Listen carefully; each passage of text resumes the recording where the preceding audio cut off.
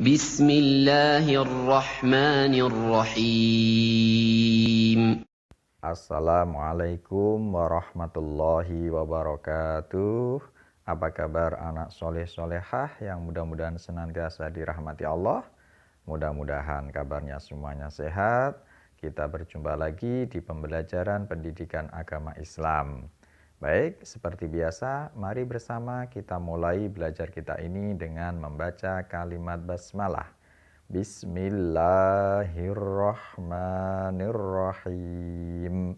Selanjutnya membaca doa awal belajar. Rabbi zidni ilma warzuqni fahma. Amin. Ya Allah, tambahkanlah aku ilmu dan berilah aku kefahaman. Amin. Bagus. Selanjutnya kali ini kita akan belajar tentang iman. Yang pertama yaitu iman kepada Allah Subhanahu wa Ta'ala. Oke. Iman kepada Allah Subhanahu wa Ta'ala adalah bagian dari rukun iman. Yang mana rukun iman ada 6. Yang pertama yaitu iman kepada Allah. Yang kedua beriman kepada malaikat-malaikat Allah.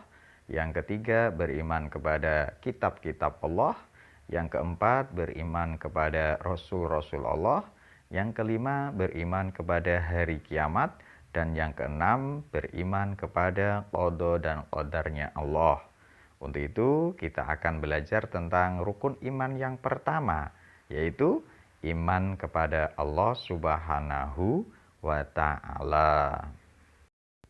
Untuk mengetahui dan memahami iman kepada Allah Subhanahu wa Ta'ala, kita harus tahu apakah itu iman. Untuk itu, mari disimak pengertian tentang iman. Pengertian iman kepada Allah Subhanahu wa Ta'ala, yang pertama, arti kata iman.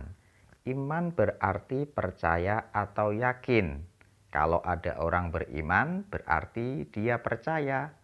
Secara istilah, iman berarti sesuatu yang diyakini di dalam hati, diucapkan dengan lisan, dan dikerjakan dengan anggota badan atau perbuatan. Jadi, iman kepada Allah berarti percaya terhadap adanya Allah Subhanahu wa Ta'ala dengan cara diyakini di dalam hati, diucapkan dengan lisan, dan dibuktikan dengan amal perbuatan nyata. Itu pengertian dari iman kepada Allah Subhanahu wa Ta'ala. Selanjutnya, bukti iman dengan adanya Allah Subhanahu wa Ta'ala yang pertama adalah adanya ayat Al-Quran. Bahwa Al-Quran ini adalah kalamullah, firman Allah, yang membuktikan bahwa Al-Quran itu sebagai bukti adanya Allah Subhanahu wa Ta'ala. Sebagaimana di dalam Al-Quran surah Al-Baqarah ayat 163, bukti adanya Allah disebutkan wa ilahukum ilahu wahid la ilaha illa huwar rahmanur rahim. Artinya, dan Tuhanmu Allah adalah Tuhan yang Maha Esa. Tidak ada Tuhan yang berhak disembah melainkan Dia Allah, yang Maha Pemurah lagi Maha Penyayang. Bukti beriman kepada adanya Allah Subhanahu wa Ta'ala yang kedua adalah kejadian alam semesta.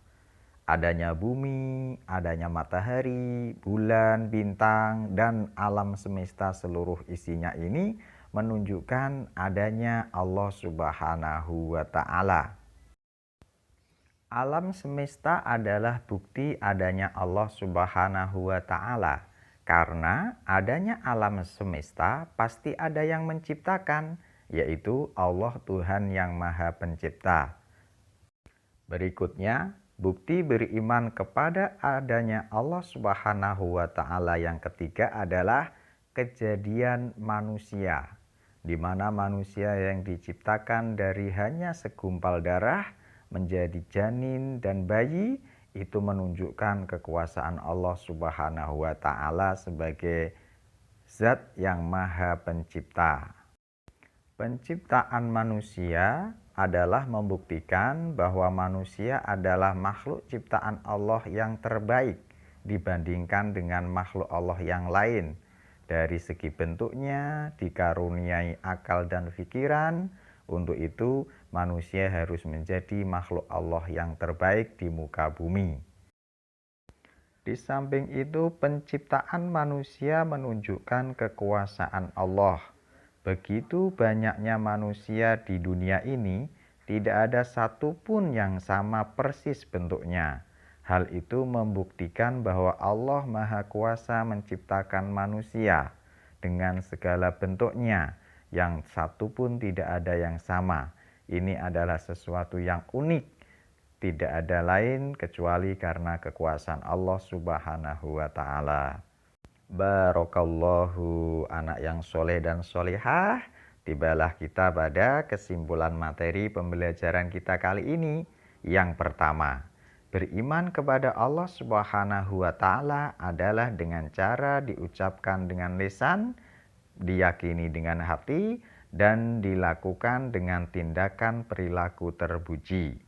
Yang kedua, bukti bahwa Allah Subhanahu wa Ta'ala itu ada adalah: 1. Adanya ayat Al-Quran. 2. Adanya kejadian alam semesta. 3. Adanya kejadian penciptaan manusia. Dan yang ketiga, cara mengimani Allah Subhanahu wa Ta'ala. Yang pertama, secara ijmali atau garis besar, bahwa Allah itu Maha Besar, Allah Maha Kuasa, dan yang lainnya. Yang kedua, secara tafsili, yaitu secara terperinci melalui sifat-sifat Allah dan Asmaul Husna. Demikian makna iman kepada Allah Subhanahu wa Ta'ala. Anak yang soleh dan solehah yang dirahmati Allah, tibalah kita di penutup pembelajaran kita. Mari kita tutup belajar kita ini dengan membaca kalimat hamdalah. Alhamdulillahirabbil alamin. Membaca kalimat istighfar, astaghfirullahalazim, dan membaca doa kifaratul majlis. Subhanakallahumma wa bihamdika asyhadu an la ilaha illa anta astaghfiruka wa atubu ilaik. Alhamdulillah. Oke, selamat belajar dan beribadah. Selalu menjaga kesehatan, tetap semangat. Terima kasih. Jumpa lagi di lain pembelajaran dengan Pak Imron, insya Allah. Wassalamualaikum warahmatullahi wabarakatuh.